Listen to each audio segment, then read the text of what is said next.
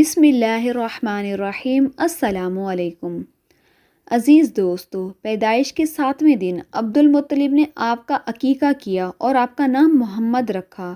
عربوں میں اس سے پہلے یہ نام کسی کا نہیں رکھا گیا تھا۔ قریش کو یہ نام عجیب سا لگا، چنانچہ کچھ لوگوں نے عبد المطلب سے کہا، اے عبد المطلب، کیا وجہ ہے؟ تم نے اس بچے کا نام اس کے باپ دادا کے نام پر کیوں نہیں رکھا بلکہ محمد رکھا ہے؟ یہ نام نہ تو تمہارے باپ دادا میں سے کسی کا ہے، نہ ہی تمہاری قوم میں سے کسی کا ہے۔ عبد المطلب نے انہیں جواب دیا، میری تمنا ہے کہ آسمانوں میں اللہ تعالیٰ اس بچے کی تعریف فرمائیں اور زمین پر لوگ اس کی تعریف کریں۔ محمد کے معنی ہیں جس کی بہت زیادہ تعریف کی جائے۔ اسی طرح والدہ کی طرف سے آپ کا نام احمد رکھا گیا۔ احمد نام بھی اس سے پہلے کسی کا نہیں رکھا گیا تھا۔ مطلب یہ کہ ان دونوں ناموں کی اللہ تعالیٰ نے حفاظت کی اور کوئی بھی یہ نام نہ رکھ سکا۔ احمد کا مطلب یہ ہے کہ سب سے زیادہ تعریف کرنے والا۔ علامہ سہلی نے لکھا ہے کہ آپ احمد پہلے ہیں اور محمد بعد میں ہیں، یعنی کہ آپ کی تعریف دوسروں نے بعد میں کی۔ اس سے پہلے آپ کی شان یہ ہے کہ آپ اللہ تعالیٰ کی سب سے زیادہ حمد و ثنا بیان کرنے والے ہیں۔ پرانی کتابوں میں آپ کا نام احمد ذکر کیا گیا ہے۔ اپنی والدہ کے بعد آپ نے سب سے پہلے صوبیہ کا دودھ پیا۔ صوبیہ حضور صلی اللہ علیہ وآلہ وسلم کے چچا ابو لہب کی باندی تھیں۔ ان کو ابو لہب نے آپ کی پیدائش کی خوشی میں آزاد کر دیا تھا۔ صوبیہ نے آپ کو چند دن تک دودھ پلایا۔ انہی دنوں صوبیہ کے ہاں بیٹا پیدا ہوا تھا۔ آپ کی والدہ نے آپ کو صرف 9 دن تک دودھ پلایا۔ ان کے بعد صوبیہ نے پلایا۔ پھر دودھ پلانے کی باری اماں حلیمہ سعدیہ کی آئی۔ حضرت حلیمہ سعدیہ اپنی بستی سے روانہ ہوئیں۔ ان کے ساتھ ان کا دودھ پیتا بچہ اور شوہر بھی تھے۔ حضرت حلیمہ سعدیہ دوسری عورتوں کے بعد مکہ میں داخل ہوئیں۔ ان کا خچر بہت کمزور اور مریل تھا۔ ان کے ساتھ ان کی کمزور اور بوڑھی اونٹنی بھی تھی، وہ بہت آہستہ چلتی تھی۔ اس کی وجہ سے حضرت حلیمہ قافلے سے بہت پیچھے رہ گئی تھیں۔ اس وقت بھی ایسا ہی ہوا، وہ سب سے آخر میں مکہ میں داخل ہوئیں۔ اس زمانے میں عرب کا یہ دستور تھا کہ جب ان کے ہاں کوئی بچہ پیدا ہوتا تو وہ دیہات سے آنے والی دائیوں کے حوالے کر دیتے تاکہ دیہات میں بچے کی نشوونما بہتر ہو اور وہ خالص عربی زبان سیکھ سکے۔ دائیوں کا قافلہ مکہ میں داخل ہوا۔ انہوں نے ان گھروں کی تلاش شروع کر دی جن میں بچے پیدا ہوئے تھے۔ اسی طرح بہت سی دائیاں حضرت عبد المطلب کے گھر بھی آئیں۔ نبی پاک صلی اللہ علیہ وآلہ وسلم کو دیکھا، لیکن جب انہیں معلوم ہوا کہ یہ بچہ تو یتیم پیدا ہوا ہے، اس خیال سے آگے بڑھ گئیں کہ یتیم بچے کے گھرانے سے انہیں کیا ملے گا۔ اسی طرح دائیاں آتی رہیں اور جاتی رہیں۔ کسی نے آپ کو دودھ پلانا منظور نہ کیا، اور کرتی بھی کیسے؟ یہ سعادت تو حضرت حلیمہ کے حصے میں آنی تھی۔ جب حضرت حلیمہ مکہ پہنچی تو انہیں معلوم ہوا کہ سب عورتوں کو کوئی نہ کوئی بچہ مل گیا ہے۔ اب وہ صرف بغیر بچے کے رہ گئی ہیں اور اب کوئی بچہ باقی بھی نہیں رہا۔ ہاں، ایک یتیم بچہ ضرور باقی ہے جسے دوسری عورتیں چھوڑ گئی ہیں۔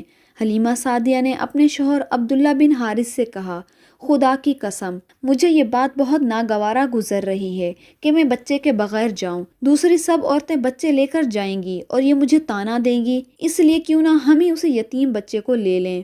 عبداللہ بن حارث بولے، کوئی حرج نہیں، ہو سکتا ہے کہ اللہ اسی بچے کے ذریعے ہمیں خیر و برکت عطا فرما دے۔ چنانچہ حضرت حلیمہ سعدیہ عبد المطلب کے گھر گئیں۔ جناب عبد المطلب اور حضرت آمنہ نے انہیں خوش آمدید کہا۔ حضرت آمنہ انہیں بچے کے پاس لے آئیں۔ آپ اس وقت ایک اونی چادر میں لپٹے ہوئے تھے۔ وہ چادر سفید رنگ کی تھی۔ آپ کے نیچے ایک سبز رنگ کا ریشمی کپڑا بھی تھا۔ آپ سیدھے لیٹے ہوئے تھے۔ آپ کی سانس کی آواز کے ساتھ مشک سی خوشبو سی نکل کر پھیل رہی تھی۔ حلیمہ سعدیہ آپ کے حسن و جمال کو دیکھ کر حیرت زدہ ہو گئیں۔ آپ اس وقت سوئے ہوئے تھے۔ انہوں نے جگانا مناسب نہ سمجھا، لیکن جوں ہی انہوں نے پیار سے اپنا ہاتھ آپ کے سینے پر رکھا، آپ مسکرا دیے اور آنکھیں کھول کر ان کی طرف دیکھنے لگے۔ حضرت حلیمہ سعدیہ فرماتی ہیں، میں نے دیکھا کہ آپ کی آنکھوں سے ایک نور نکلا جو آسمان تک پہنچ گیا ہے۔ میں نے آپ کو گود میں اٹھایا اور آپ کی دونوں آنکھوں کے درمیان کی جگہ پر پیار کیا۔ پھر میں نے آپ کی والدہ اور عبد المطلب سے اجازت چاہی۔ بچے کو لے کر میں قافلے میں آئی۔ میں نے آپ کو دودھ پلانے کے لیے گود میں لٹایا تو آپ دائیں طرف سے دودھ پینے لگے۔ پہلے میں نے بائیں طرف سے دودھ پلانا چاہا، لیکن آپ نے اس طرف سے دودھ نہ پیا۔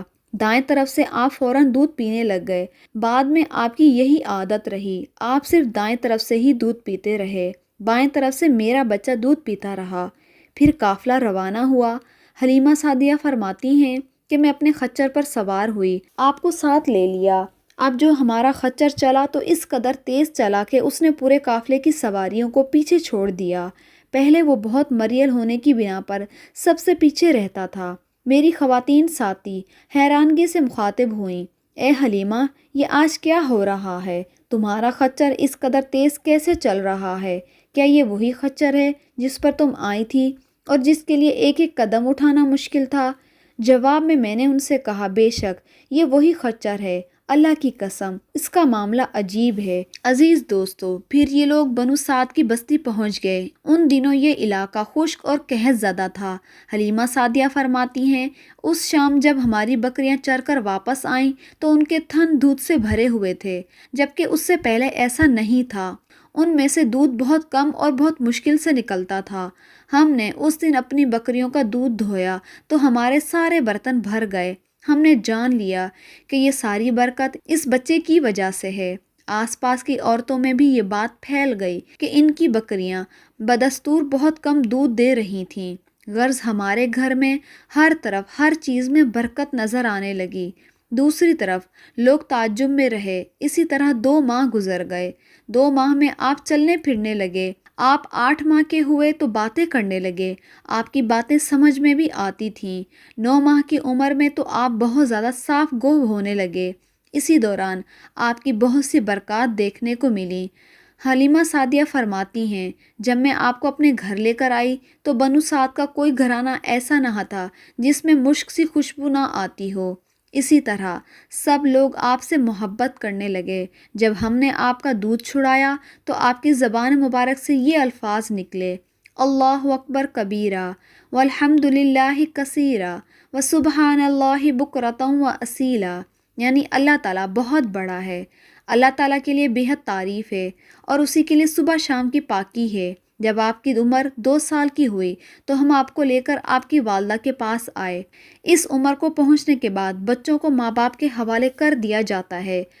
ادھر ہم آپ کی برکات دیکھ چکے تھے اور ہماری آرزو یہی تھی کہ ابھی آپ کچھ اور مدت ہمارے پاس رہیں۔ چنانچہ ہم نے اس بارے میں آپ کی والدہ سے بھی بات کی اور ان سے یوں کہا کہ آپ ہمیں اجازت دیجیے کہ ہم بچے کو 1 سال اپنے پاس رکھیں۔ میں ڈرتی ہوں کہ کہیں اس پر مکہ کی بیماریوں اور آب و ہوا کا اثر نہ ہو جائے۔ جب ہم نے ان سے بار بار کہا تو حضرت آمنہ مان گئیں۔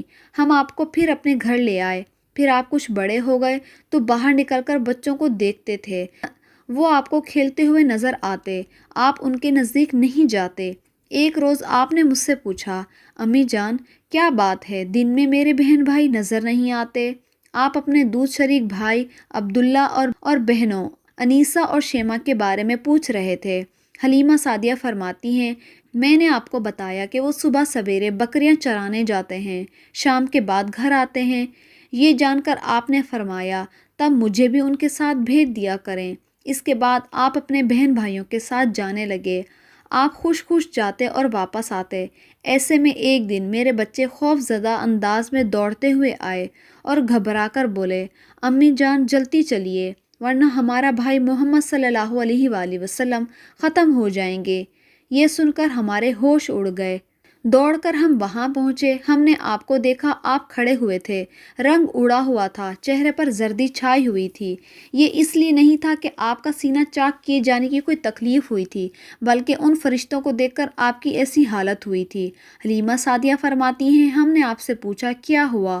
آپ نے بتایا، میرے پاس 2 آدمی آئے تھے، وہ سفید کپڑے پہنے ہوئے تھے اور وہ دونوں حضرت جبرائیل علیہ السلام اور حضرت میکائیل علیہ السلام تھے۔ ان دونوں میں سے ایک نے کہا، کیا یہ وہی ہے؟ دوسرے نے جواب دیا، ہاں یہ وہی ہے۔ پھر وہ دونوں میرے قریب آئے، مجھے پکڑا اور لٹا دیا۔ اس کے بعد انہوں نے میرا پیٹ چاک کیا اور اس میں سے کوئی چیز تلاش کرنے لگے۔ آخر انہیں وہ چیز مل گئی۔ انہوں نے اسے باہر نکال کر پھینک دیا۔ میں نہیں جانتا کہ وہ کیا چیز تھی۔ اس چیز کے بارے میں دوسری روایتوں میں یوں وضاحت ملتی ہے کہ وہ سیاہ رنگ کا ایک دانہ تھا۔ یہ انسان کے جسم میں شیطان کا گھر ہوتا ہے۔ شیطان انسان کے بدن میں یہیں سے اثرات پیدا کرتا ہے۔ حلیمہ سعدیہ فرماتی ہیں، پھر ہم آپ کو گھر لے آئے۔ اس وقت میرے شوہر عبداللہ بن حارث نے مجھ سے کہا، حلیمہ مجھے ڈر ہے کہیں اس بچے کو کوئی نقصان نہ پہنچائے، اس لیے اس کو اس کے گھر والوں کے پاس پہنچا دو۔ میں نے کہا ٹھیک ہے۔ پھر ہم آپ کو لے کر مکہ کی طرف روانہ ہوئے۔ جب میں مکہ کے بالائی علاقے میں پہنچی تو آپ پھر اچانک غائب ہو گئے اور میں حواس باختہ ہو گئی۔